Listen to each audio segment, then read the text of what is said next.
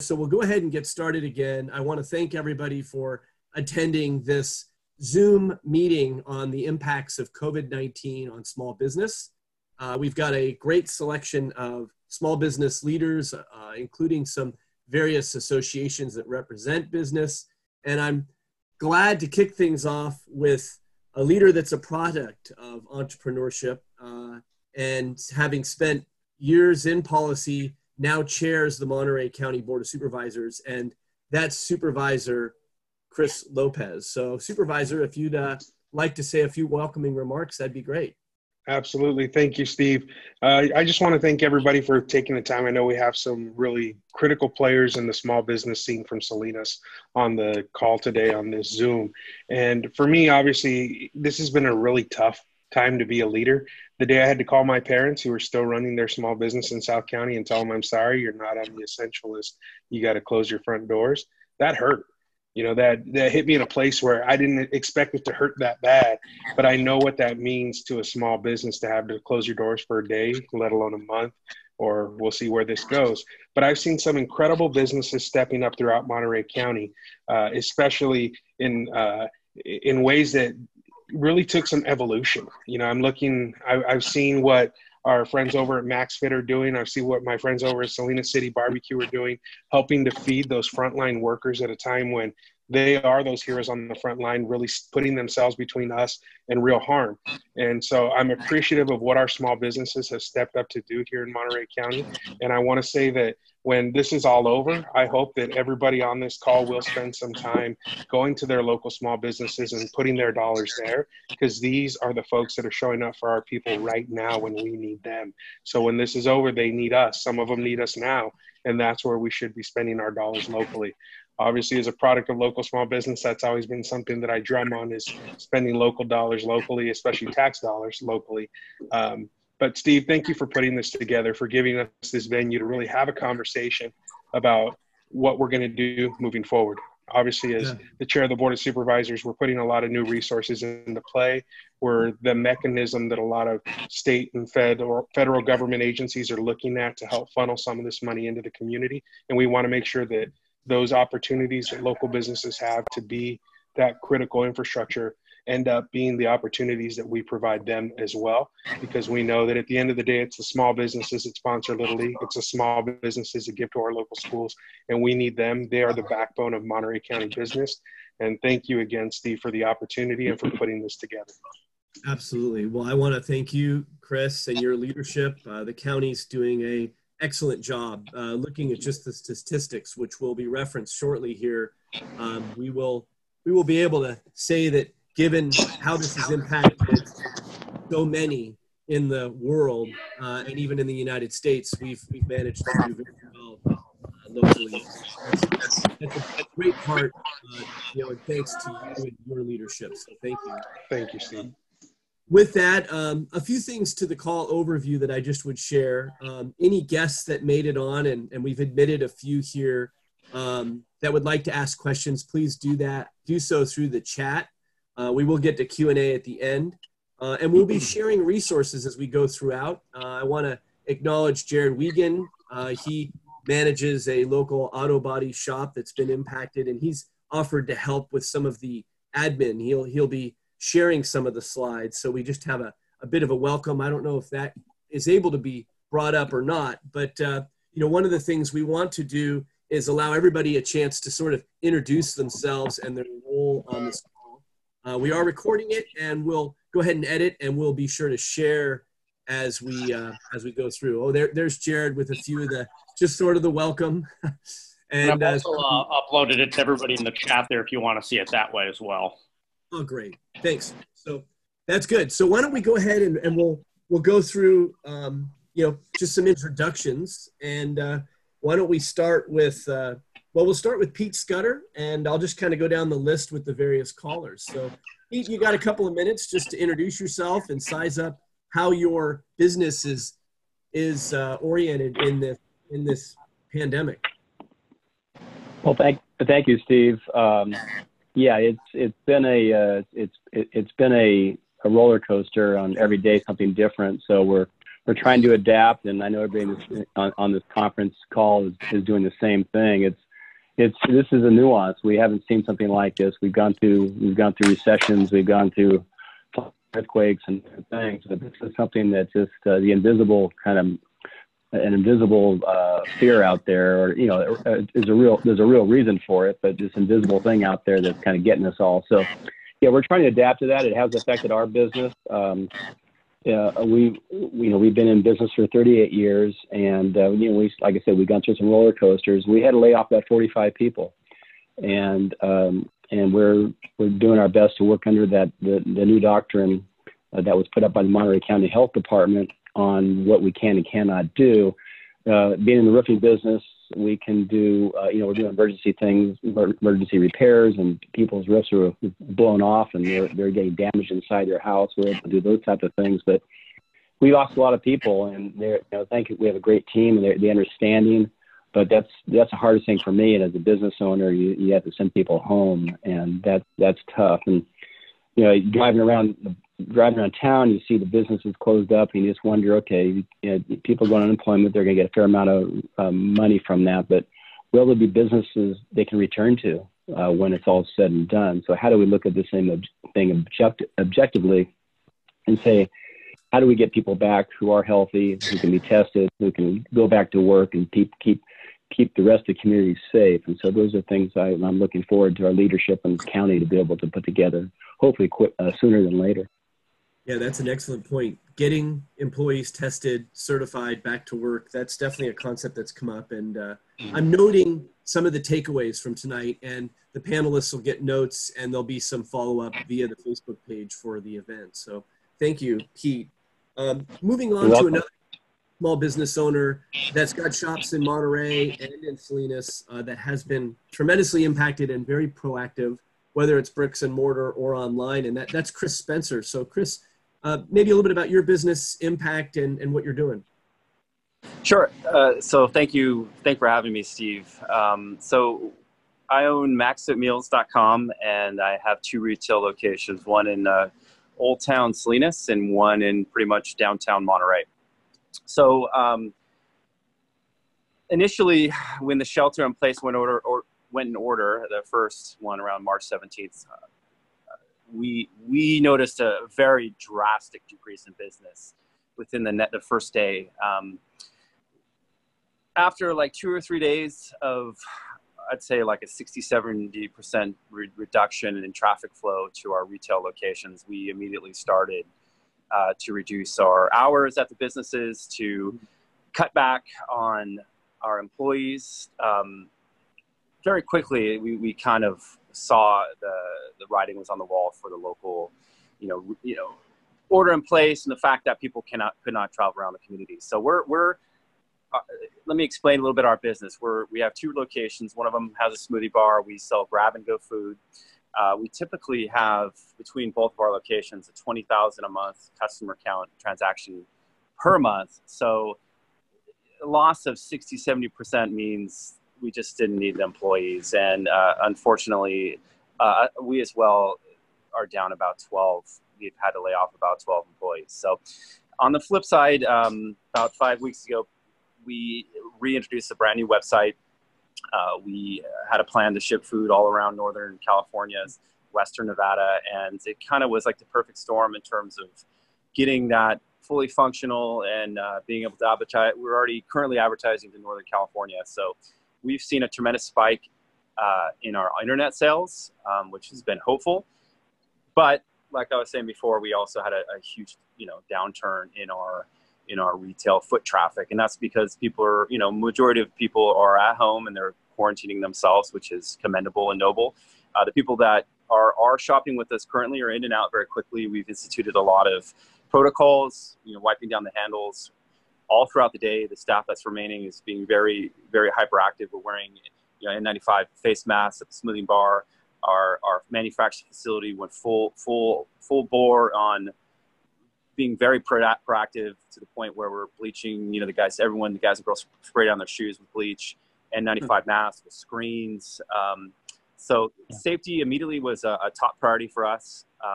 So we're kind of holding on. We've kind of rebounded a little bit, but just like Pete was saying with his business, every time they kind of release a new quarantine or tighten the noose on the quarantine on who can be out, that's just cutting off more flow to our store. So if Pete's crew is not out shopping, if they're not out building homes or roofs or roofing homes, and that's very limited, people just aren't passing through. So we are staying as positive as possible, and we are being as proactive as we can with all of our vendors, and it's been, that alone has kept us relevant right now. So excellent. Well, thanks for that recap. There'll be some Q&A. I've got a series of questions that have come in that I will follow up with, and look forward to that portion of the segment.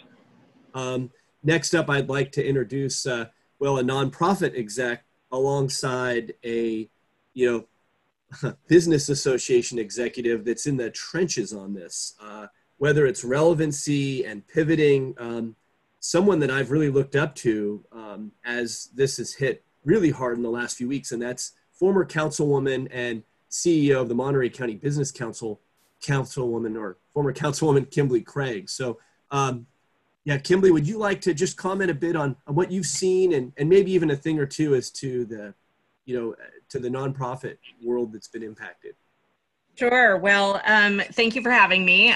Again, I'm Kimberly Craig with Monterey County Business Council, and ultimately, we realized relatively quickly that the legislation surrounding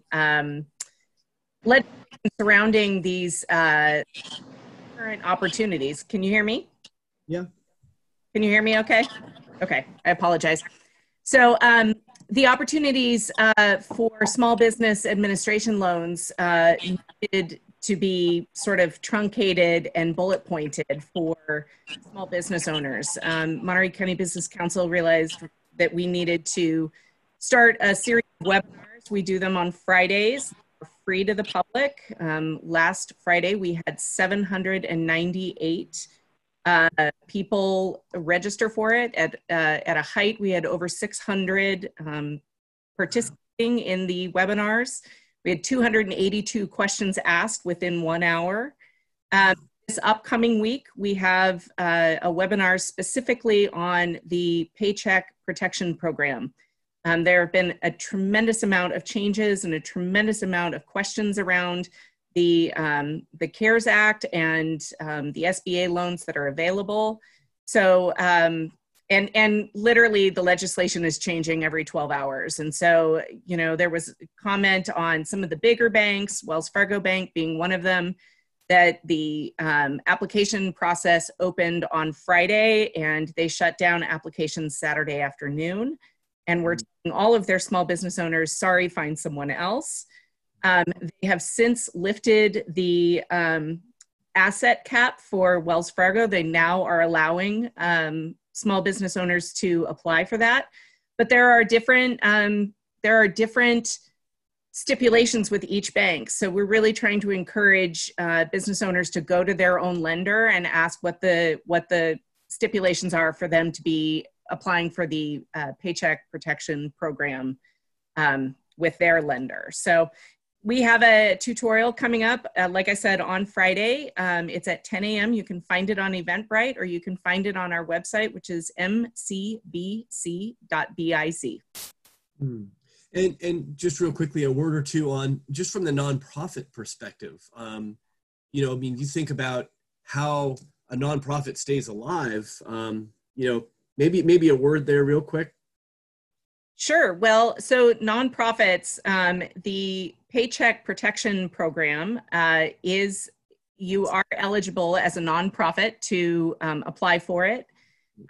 There are certain nonprofits that it does not fall within that category: 501c4s, 501c5s, 501c6s, 501c3s, and 501c19s can apply. So there are quite a few questions going on. The 501c6s are usually the most common that have been left out of the discussion. Those are your membership-based organizations like the Farm Bureau, the Chambers of Commerce, the business councils. Those have not yet been stipulated for the SBA loan programs. Nonprofits themselves, though, I mean, we have a lot of interesting scenarios. So we have a nonprofit like the Monterey Bay Aquarium that has 573 employees, which is not a small business or not a small nonprofit, yet it is critical to our hospitality industry. So there are still a lot of questions about how to go about making sure that we can continue to have not only our agricultural industry thrive, but also our hospitality industry. Our hospitality industry has a lot of large businesses that also are in danger of really being financially impacted. Yeah, well, thank you for representing so many aspects of this as it relates to business. I want to go on to Kevin Dayton. Kevin represents governmental affairs in various capacities. That's right, Monterey Peninsula Chamber of Commerce, Salinas Valley Chamber of Commerce, Salinas City Center Improvement Association, among others. Sure. I have been working very intensely with these groups and others as this crisis developed. I have to give credit for Hans Usler, the city manager at City of Monterey, who obviously has a very good background in training on dealing with strategic planning and dealing with emergencies. He got things rolling right away at that city, and by March 13th, he had formed a COVID-19 business action and economic recovery team with the Monterey Peninsula Chamber of Commerce as a partner. And I took that on that role under the Monterey Chamber and then started expanding out there from there. Some of the things I've been working on that won't be mentioned here otherwise, I've been focusing a lot on legislative solutions on the local level. I, for another client, look at about 200 local government agendas throughout California every week. And what I've been doing is I look through them, and when I see a response to coronavirus, I extract the staff report, and I've put together a big collection of various things to do. I could tell you one thing that I really encourage the local governments to do, if they can do it, and some of them don't have the money to do this, is to create their small business loan fund. It doesn't have to be all that big. My suspicion, I actually think that the U.S. Small Business Administration is not all that great of a agency in terms of competence, and it's going to be a while for them to get things rolling. I'm not surprised at all that they're having some problems, not only just the nature of the agency, but also passing a bill so quickly without clear legislative intent was just a recipe for disaster. So if these loans are going to take many weeks to get there, I would like to see the local governments provide temporary loan money that they can get to these businesses in 2 or 3 days. My thinking is that some of these businesses, that might be the difference between being able to continue operating after this is over and not. And City of Sacramento jumped right into that right away. They passed theirs on March 13th. And I know some of the cities, City of Monterey is going to be discussing it at their next city council meeting. I want to see if, I've been told Monterey County doesn't have the money for it, but I saw San Diego County manage to use emergency powers to take its federal community development block grant funds and put it into a fund. And then a lot of these local governments are matching it with community foundations and things like that. And some cities have done commercial eviction moratoriums. City of Monterey, for its own tenants, for its own property, it's giving them a chance to delay paying without fines. So I've been trying to, and I take this stuff and I put it on social media. It's great to see cities in other parts of the state adopt these sort of things too. Another thing I did was I took Kimberly's webinar last week, her 282 questions, and in 3 hours I turned it into a systematic organization of the various topics. And it really gave a good picture of the challenges that we're facing to get businesses these SBA disaster loans. I've also been pushing for the Monterey County Board of Supervisors. some other counties have caught on to this. I believe that the local governments have to be accountable to the people, and they have to have a very well organized procedure each time they meet to go through each of the topics that the city is covering, evaluate how they're doing, and then the elected officials give direction to improve where they're failing. And right now, well, some local governments don't meet at all, but others are meeting, and it's a disjointed mess. So I'm hoping to see more organization in the long term. Got it. Well, Kevin, there'll be more, as I'm sure there'll be some questions and some follow-up on the policy side. But thanks for having me. I do want to introduce, just real quickly, I think, well, if I'm not mistaken, Jennifer Kuyper joined us. She's been in the trenches. We've got a couple of banking representatives on this call, and you just appreciate her joining. I know she jumped into the trenches quickly with the Monterey County Business Council. I know she was part of a panel you had, but maybe an overview, Jennifer, and some of the things that you're seeing and facing would be a good place to start. If you'd like to say a few things, just this is sort of our intro. Yeah. Yes, thank you very much, Stephen. It's nice to meet you via Zoom for the first time. Nice, safe place to shake your hand here. So as far as the banking world goes, we've had to adjust very rapidly. When the CARES Act was passed on Friday and I downloaded the document and read through the sections pertaining to banking, I was immediately astounded at how much the bill is going to be affecting our industry. So we have had the ability as a community bank, and I'm understanding lots of other community banks are following suit, which we all need to. We need as many channels open to funnel these funds. But the SBA historically in default situations has not always been the best to deal with in following through on guarantees. So the bank is in a position where we have to make sure that we mitigate potential risk and loss. So it's not an incredibly easy process to apply, but we're trying to make it as easy as possible and as streamlined as possible because we understand the necessity of deploying these funds. I'm working 18-hour days and putting through as many applications as I can because the funds are finite at this point. I'm really hopeful that the government sees the need and opens more channels. Sorry, I keep getting text messages. More channels to get funds into the hands of the businesses that need them the most. So with that, was there anything else, Steve, that you would like me to address right now, or can I go ahead and hop off? Well, I think that's a good place, and you know, there may be a few questions, and I'll message you in a moment, and maybe there's some you can jump back. You know, we have John here, Tilly from Pinnacle Bank, and I'm sure there'll be some questions there.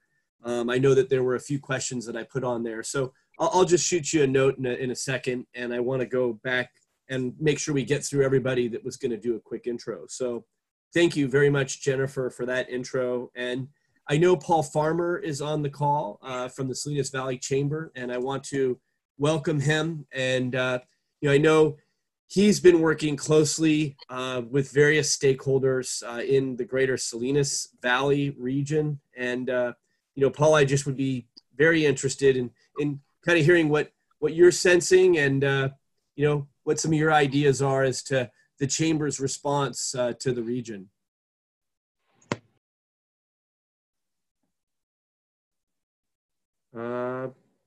Let's see. I think he's there. Let's see. Let's try that. Hit it, Paul. Oh, we might have to come back to Paul.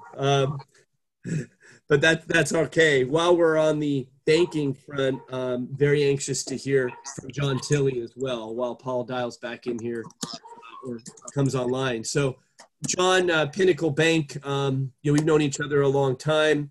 I know you're in the midst of all of this as well. So maybe if you've got a few thoughts.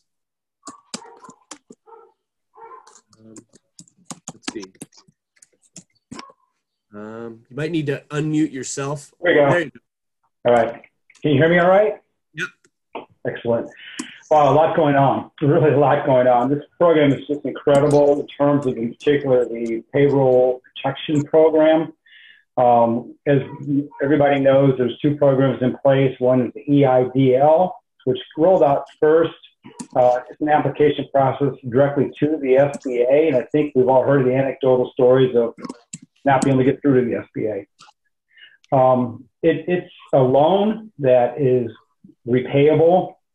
It's there to compensate for damage done to your business because of this economic disaster. It's on equivalent of hurricanes and things of that nature. So the fact that it really is through the SBA doesn't help at all. Wisely, they've put this program together that has a greater distribution channel, which is the banking system itself. You know, really what they were trying to do at the SBA is what banks do every single day: interact with clients, collect information, make loans. It was so rushed, though. I mean, this whole thing really came through in a very rapid fashion, and the response from our Senate and from our Congress was quite a challenge to them, as well as the whole country. I was very pleased when I started to see the details of how the loan was going to be rolled out, somewhat the structure of the loan, what it meant to the business owners, what it meant to the who are borrowers in this case, and really somewhat the ease of process that was possible as the program was rolled out. And by that, I just mean somewhat minimal data collection, no personal guarantees that would be a problem for people. And I'm talking now the payroll protection program. And really just the forgivable nature of it. The U.S. government did everything they possibly could to put as much money right back into the system as possible, as fast as possible. And it's a great intention. The timing, though, it was so rushed that the program didn't roll out very smoothly as was being witnessed in the past, few days since last Friday afternoon. We went into Thursday night last week thinking that the program was finalized with a document we got mid-afternoon on Thursday. But by Friday morning, there have been changes. There have been changes to some of the SBA documents, and it slowed things down somewhat. But there had been a lot of communication beforehand over a few days about what to expect. And some of the changes weren't all that dramatic. Many banks were up and running on Friday afternoon. I think that, not every bank was prepared to do it. There still was is a fair amount of liability to the banks in terms of the record gathering, the record keeping, and the calculations that are going in place. That's being worked on. It has been somewhat rectified. I think it was one of the big hesitations a lot of the big banks had in jumping into this, is that they knew that there was liability to the bank in entering this program because it wasn't perfectly well thought out. And, people are paid to notice these things, and they noticed them, and they probably spoke up in the boardroom and prevented the big banks from jumping in wholeheartedly.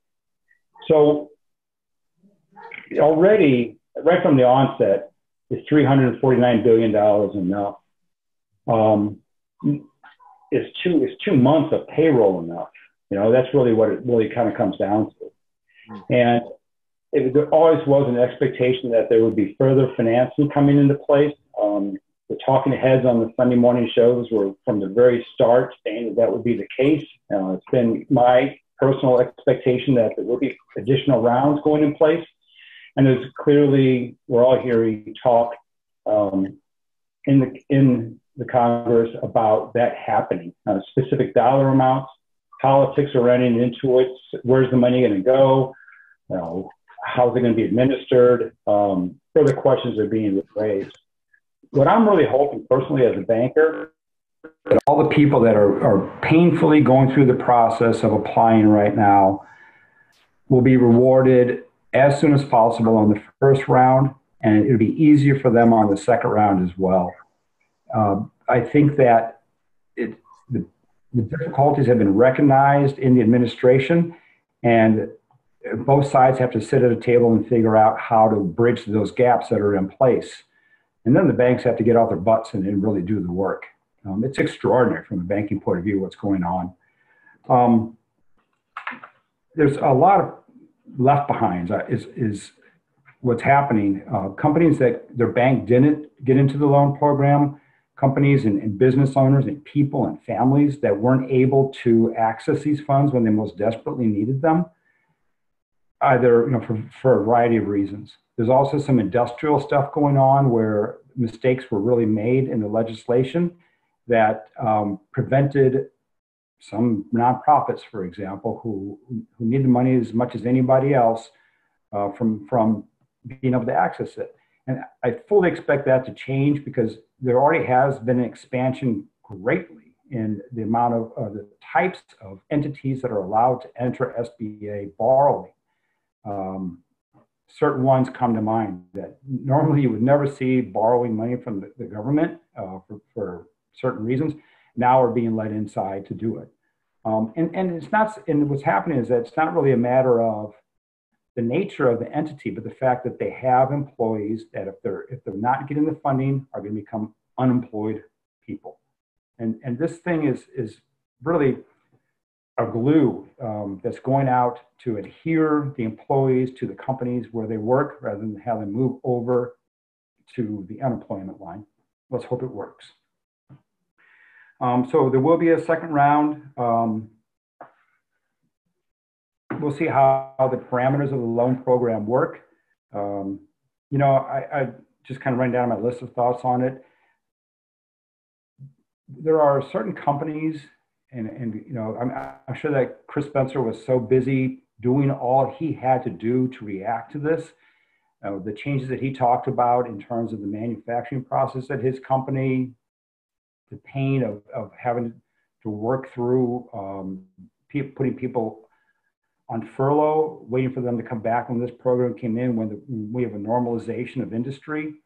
They were so busy doing that work that they didn't know the PPP program existed. I've talked to some clients of the bank where I've reached out to them and said, hey, are you aware of this program? You need to be applying for this program. Mm-hmm. So make sure that everybody is aware of the program, because if you're eligible, you absolutely should take advantage of it. It's not even take advantage of it. Fill in your revenues with this funding because it is forgivable, it's necessary, and it's available. So I encourage, encourage just the information sharing to go on and the knowledge to go on. And Steve, let's make sure you and I stay in touch so as the changes occur with the programs and the PPP program in particular, which I think and hope will remain the spear tip on this funding of keeping employees in place. As things progress with the programs, Steve, let's stay in contact so this group can be informed. Yeah, you bet. One of the things I'm tracking here are actionables. So at the end of the call, we could summarize, well, what is it we're going to do? And I picked up on some great ideas here. And that's where the next piece of this call transitions into some discussion. And I do want to hand it to our CEO, the Business Council, Councilwoman, CEO, you wear these different hats. I mean, you have such a past, Kimberly, and I know you've held a few things here. If you could pull out your crystal ball based on what you've heard as to what lies ahead, connecting the dots, based on your focus, because you're tied into a lot of different circles that relate to where our economy is, where it's going.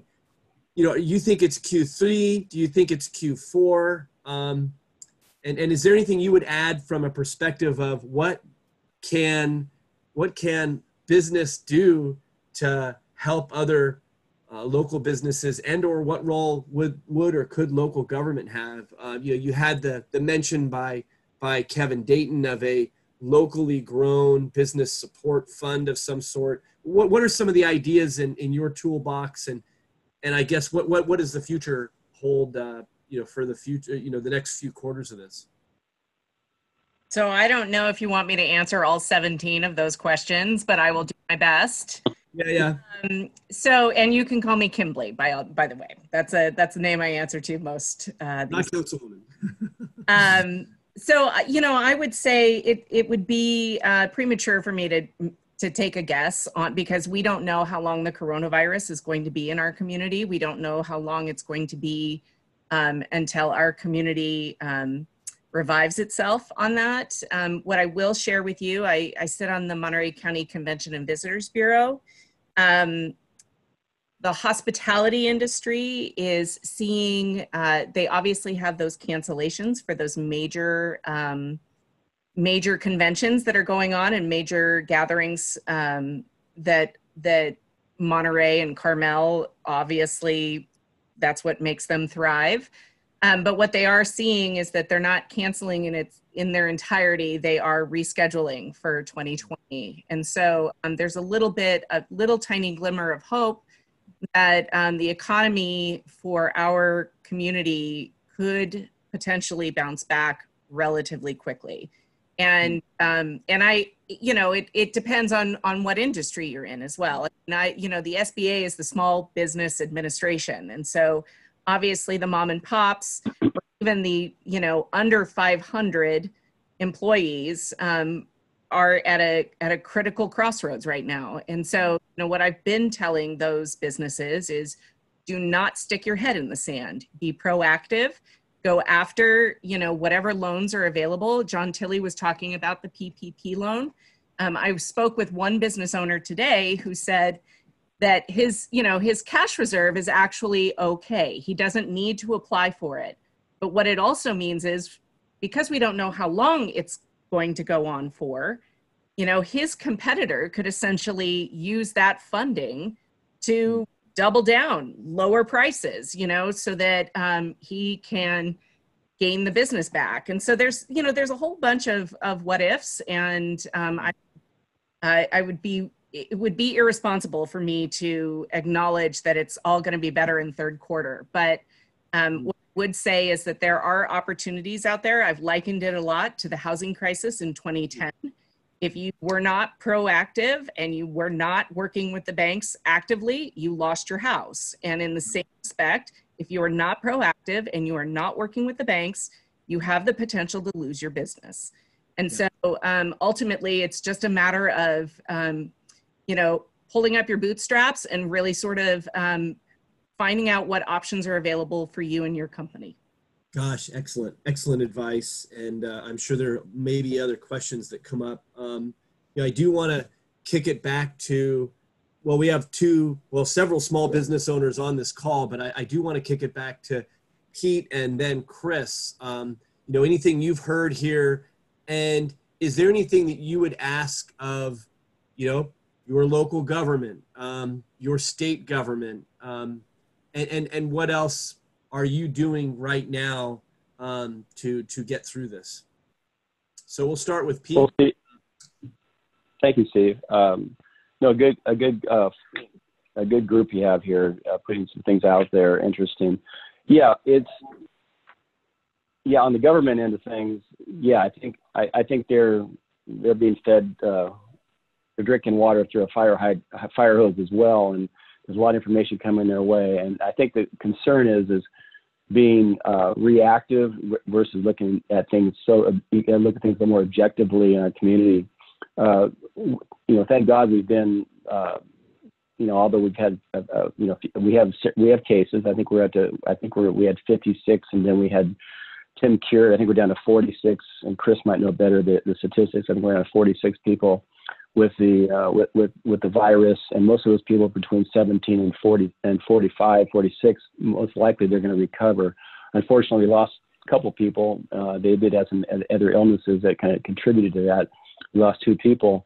And with that said, we got to look at the entire health of not only the physical health of people. We got to look at the mental health, economic health in the future, and how we're going to play that all into the equation. And we got to look at drug abuse and alcohol abuse and domestic violence and all the things that go into when people are pinned up and they can't go out and do what they're supposed to do every single day. And we're workers, we're Americans. We get up every day and we go to work and we bust our tail to get that goal and to get where we're supposed to go, and hopefully contribute to the society and contribute to, as earlier said, nonprofits and the things that we believe in. And this stopping everybody in their tracks is going to have a devastating effect just on the culture itself and how we perceive the values of what we do. So I think we got to look at the whole picture and say, again, going back to what can we do to mitigate, to get open businesses on a level, say open up certain businesses that can show, agriculture, good example. They've developed their own doctrine of what protocols they're going to follow to stay safe. Now, if we can do that with all the industries, construction is working on that right now. Is these are the things we're willing to do. We're going to mask up, we're going to glove up. These are things we're doing now. We're going to the hygiene, the separate porta potties, all the things we're going to do to be safe after people are tested, so we can get back to work. It's so important for business and the community, and just our the whole dynamic and the culture of our society is to get back and get things rolling again. So I think our leadership has to look at things objectively, say, what is the bigger picture? Is the cure worse than the current pandemic? And say, what can we do to kind of minimize that and take things in pieces, and then develop programs and protocols around that, so we can get businesses back into work through these separate type of business processes, if you will. So I think there's something we have to break it apart. We can't put a blanket over this entire. We're not in New York. We're not San Francisco. We're not LA. We are a rural community. It's statistically looking at what we have here and how the pandemic has been controlled, and a lot of that is most likely we have been smart and sheltering in place, as well as the social distancing and all the things that we've done to kind of help mitigate those things. Now allow those people, smart people, to get in and say, okay, we are going to develop processes and systems so we can get back in the business and be safe and be able to get back and start getting this economy stimulated again. A few things that I would just chime in as a small business owner: 6 employees, all are on unemployment. I'm the only guy. We've kept some commercial business going, but 2 things. One, I'm making sure that my supply chain is ready for when the doors open again. Whether it's gravel, bark, pavers, there's going to be tremendous pent-up demand just knowing this market as soon as things are lifted in the landscaping community. I imagine construction's the same, whether it's material or even people. So Kris, anything you would add, as to just what you've heard and what resources you think could also help? I know you're challenged. You're positioned well with the online. I mean, that's just remarkable. Anything you would add? Try that now. There you go. We good? Okay. Sorry, I had to change locations. I had a bunch of refrigerator noise in the background. So I want to go back to something that John had said about just changing economic stuff we were going through and all the changes we had to do to quickly adapt. And that was something I learned from the first recession. I did not act quickly enough. In fact, I did not, I've had my head in like an ostrich in the hole, and didn't at all. It didn't play out well for me. So this time I was very quick to react. We unfortunately had to furlough a majority of our staff. So what John was saying is we were trying to fill out these loan payments, and we quite frankly took advantage of any opportunity that we could. So my team was up on Thursday or Friday early, 12:01, checking Bank of America, where we do our banking, checking if we had the ability to apply for the PPP. I was up at 5 a.m. trying to apply and was able to apply. And then we were again, sent with, certain different misinformation that we had to try to disseminate while we're trying to run our business on a skeleton crew. So there's been a ton of challenges in terms of like picking where we're putting our energy towards. And, fortunately we do have a very good web presence.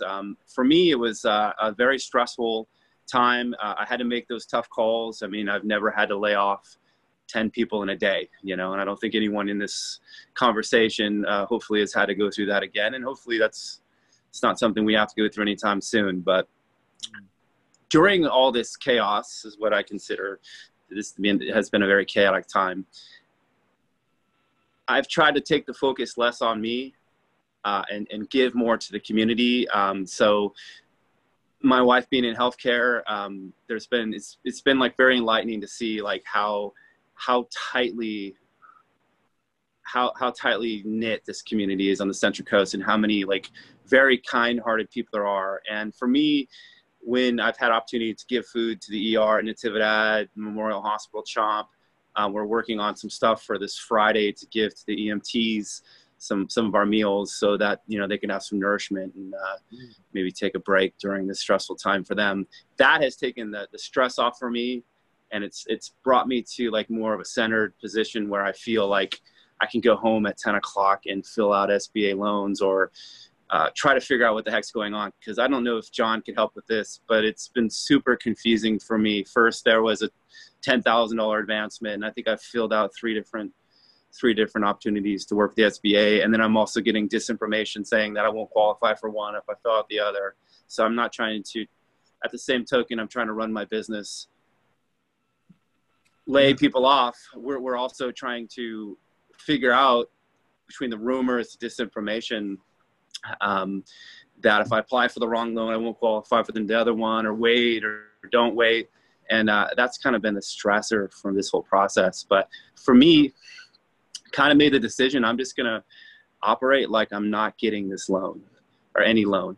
And if it comes, it's going to be a major bonus. And I'm going to do everything humanly possible to make sure I'm filling stuff out properly, and make sure that we qualify. But I'm just going to continue to operate like that day is not coming. So we have cut all, negotiated any, called our PG&E, we've called trash company, of deferred loan payments for my car. And, it's amazing how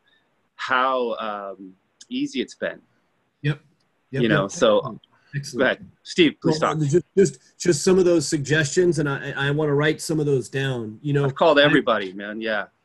I renegotiated my commercial waste contract. I renegotiated my telephone service in the wake of this. Sure. I put off more bills than I could have ever imagined. And I've had people call on me. And so coming up with that short list of things that we can do to control fixed expense is unbelievable. So sure. Well, we put a whiteboard, and we have a command center where we operate what we need to negotiate. And it was about 30 different things. And I got to be honest with you, I haven't worked one of my cash registers in 2.5 years. And it's like training me I'm having to train myself how to be a frontline employee, which has been kind of like, I don't know. I feel hyper alive. I feel like I'm fighting for my business. I feel like I'm in the trenches every day, making every sale count. Back to the point where it's, when you have 20,000 transactions, that's 20,000 people coming in and out of your life every day. You leave home exhausted. It got to the point where I don't feel like I was bonding with my customers as much as I had in the past. So take away 60% of your customers, and hopefully they're not gone forever, right? Like, my biggest thing for me, I've always believed it takes like 24 days to either break a bad habit or develop a new one. And the longer this quarantine lasts, my customers are breaking the habit of coming to MaxFit. So, intermittently between all this ringing people up, I've even made smoothies at my smoothie bar and training myself new things. I'm trying to stay on social media. I'm trying to stay in their routine virtually, like we're doing now. So, I go home exhausted. Like I said, my wife is in healthcare. She's exhausted. We go home, we lay our heads down, and we're like, that was a day, But again, it's like nothing like fighting for survival And we are trying to explore we want to make every right move right now. And like I said, slashing spending. My grandfather was he refined oil lubricants and stuff in the Bay Area, like in the 30s and 40s. And I remember him, talking about like when things get bad, just cut your spending. And that's pretty much, really the only saving grace for us is it's been really easy to negotiate everything down, and everyone's been super understanding. And I think that'll be the silver lining out of all this, that the way the banking industry, the auto loan industry, all of our expenses, our landlords have been very understanding, and we're all been pretty much working together to get through this. So that's the point. Former Councilwoman Craig would remember when the city was on its knees and facing the other side of the Great Recession. Sure. We went out and renegotiated just about every contract we had, and it worked. I do want to highlight somebody on the call that's an entrepreneur, started a business in the last year, and that's Steve, T. Lambert. If I may, really quickly, I would just like to acknowledge Supervisor Lopez. I think he could certainly speak to local government and how there's an opportunity there for local government to be working with them. Thank you, Kimberly. It's because I have to jump off. I know, Steve, I was only going to be on for 5 minutes at the front end of this, but because of the engaging conversation, I wanted to stick around. And I did hear some questions about the Small Business Revolving Loan Fund, which we've had in Monterey County at the county level since 1989. Today, I gave staff authorization to kick that back into gear. I'm trying to get that on the board's agenda for this Tuesday. It will be a special meeting that I'm calling as the chair. Obviously, I think it's one of those critical pieces that needs to be kicked off. I was told that with my authority by email, we could at least start the process. So I gave that authority today. And so we're in that process now. There was a question about numbers and what our numbers were at today. We are at 69 as of this evening. Those numbers just came out about 20 minutes ago while we were on this call. And the last thing I wanted to quickly speak to was Pete Scudder brought up the great effort that we had an early lift on with that ag advisory. The key to that is it gets revisited almost every single day. It's not a document that we built and put on a shelf. It's a living document. Just today I was asked if maybe we might consider incorporating some sort of childcare drop-off standards into that document as well. So we're looking at it as a living document that needs to be improved. And I was happy to be on the ground floor with that one. I've also been on the ground floor with the construction one. And so I've been helping lead that effort. We're hoping to have a meeting by the end of this week. We've got some great people around the table, and hopefully we'll bring forward something that everybody can get behind and sign on to. So those are some efforts I'm really proud to have led on, but I wanted to make sure I touched on those here before I jumped off the call.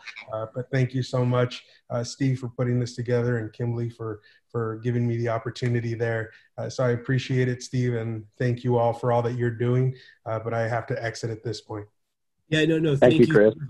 We're near the end of the call. We started late, obviously, and those advisory connections that you've put in place are huge. The closer that government can work alongside major employers, industry, the more proactive we can be. Very excited about the mention of the Small Business Revolving Loan Fund. Today, during the press conference with the mayor and the city manager for the city of Salinas, there was definitely hinting at participation. So I hope that we can work together in that, and just want to say thank you. And so we'll let you go, and I want to acknowledge T for just a second, and then we'll kind of bring things to full circle. I just very quickly, T, wanted to acknowledge you because I thought you had come up with a very creative way for a non-essential business to keep some cash flow going. Maybe a word or two real quick.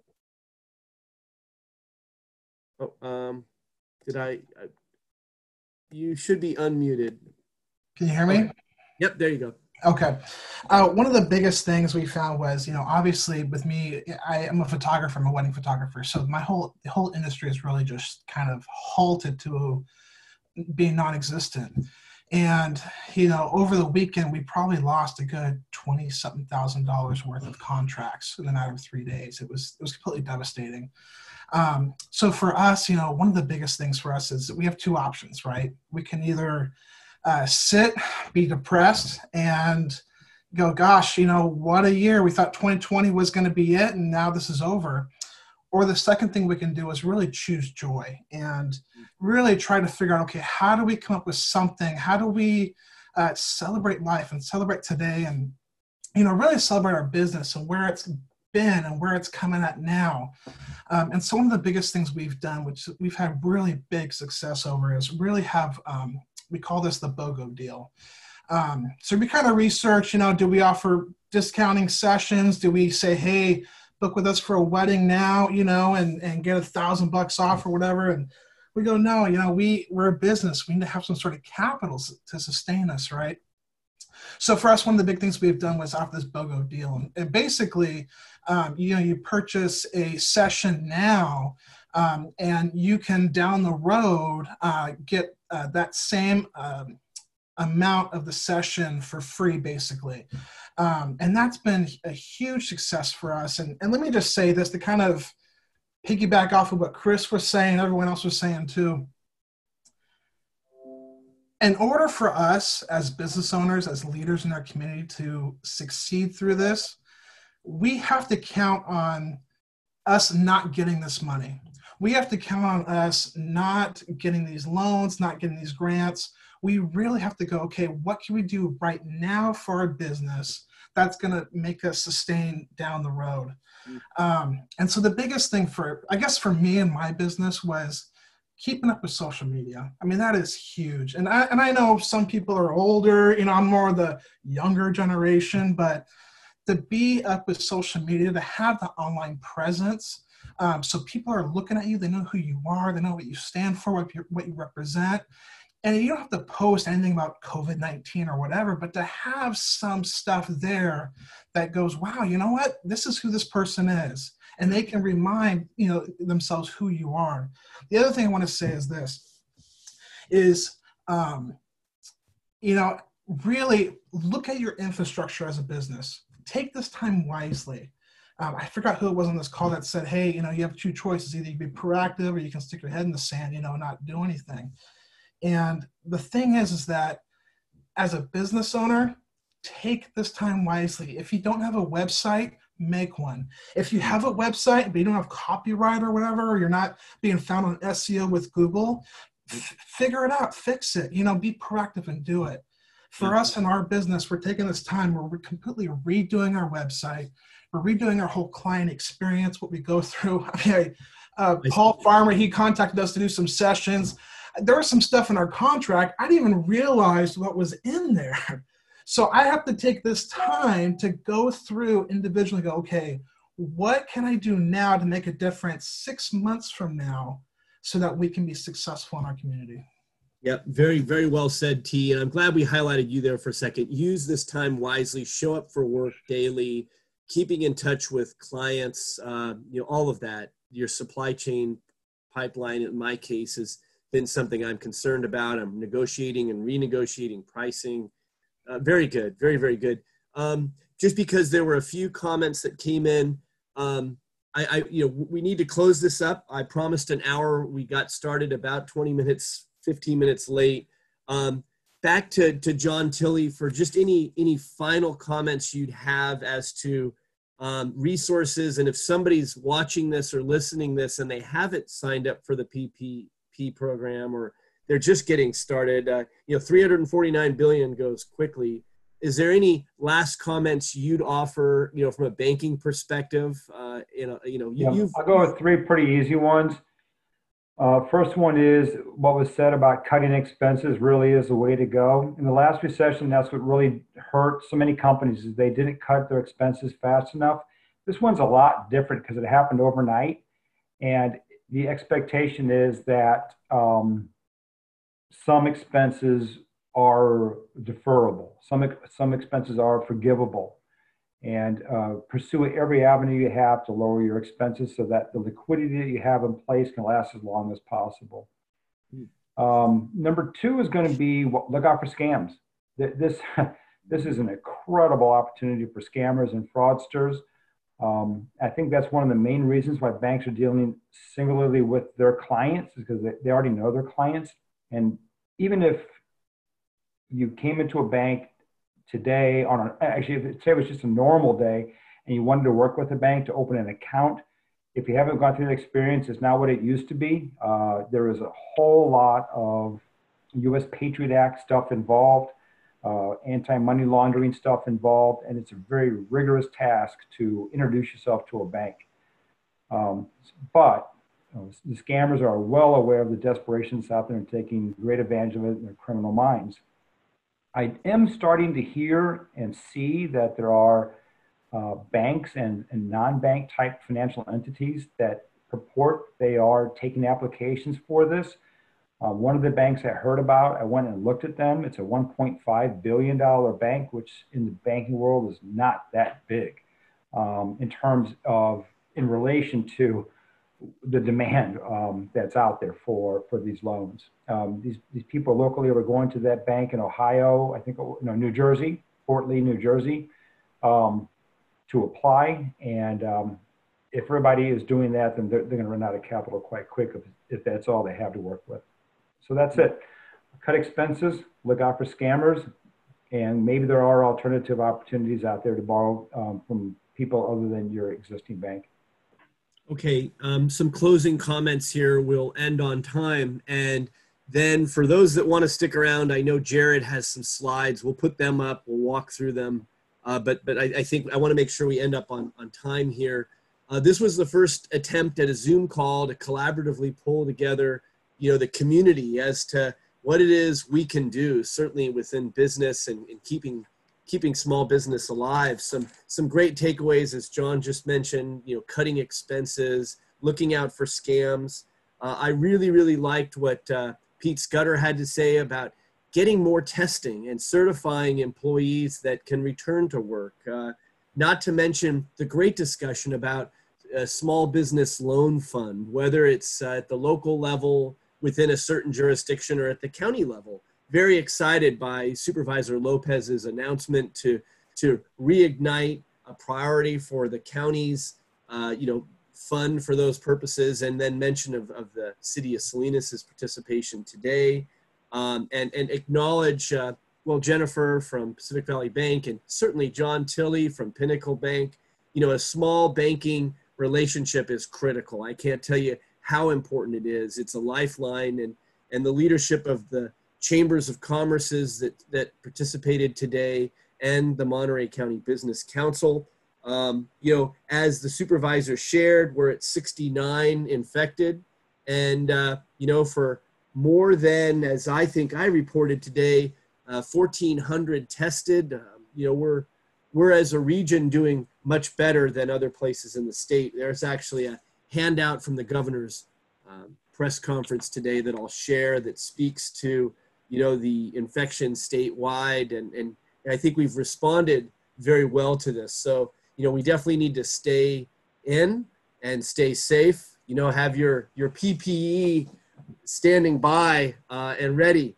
Maybe the last thing I'll mention is this call, and interest in this call has prompted a call next Wednesday that'll have first responders and medical professionals, firefighters that have agreed to participate, a doctor and ER, and to acknowledge Kris. Kris jumped to it and said, hey, I'd be happy to help sponsor that. So I'm very glad that Kris will help to promote that, and we'll just keep the dialogue going. So with that, I want to just formally end the call and say thank you for everybody that took the time to be a part of it. And we will be able to edit this and share it.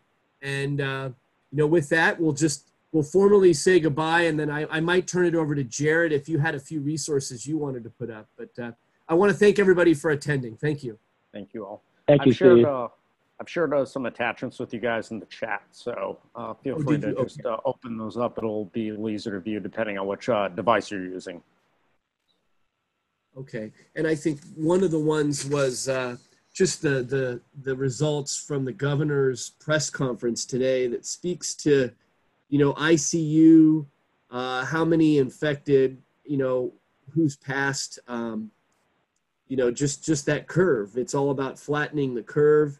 whether there's a bounce back.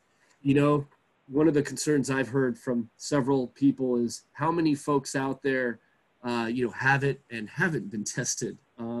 So just being as proactive as possible, I think, is so important. You know, I think that's important. And then obviously what else got posted, you know, is that just I posted as well. Yeah, thank you very much. Just You're very welcome.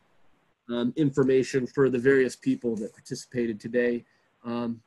Yeah, tremendously encouraged. We're in this together and we'll get through it together. And yeah, gosh, thanks, Jared. Thanks for posting those. You're very welcome. Okay.